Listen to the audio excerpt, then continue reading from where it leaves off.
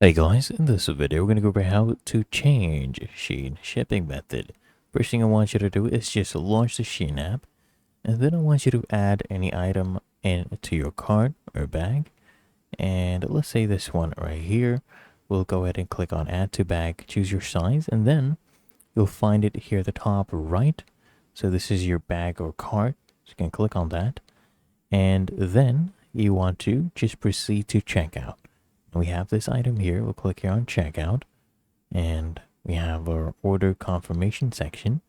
And here, as you can see, we have the different shipping methods. So this one is free shipping. This is standard. We have express. This one has a charge. Then you also have this one, click and collect as well. So choose your shipping method. So we can do express shipping, for example, and then just go ahead and finally place your order. Really that easy. If you found this helpful, make sure you smash that like button and subscribe to App Mentor.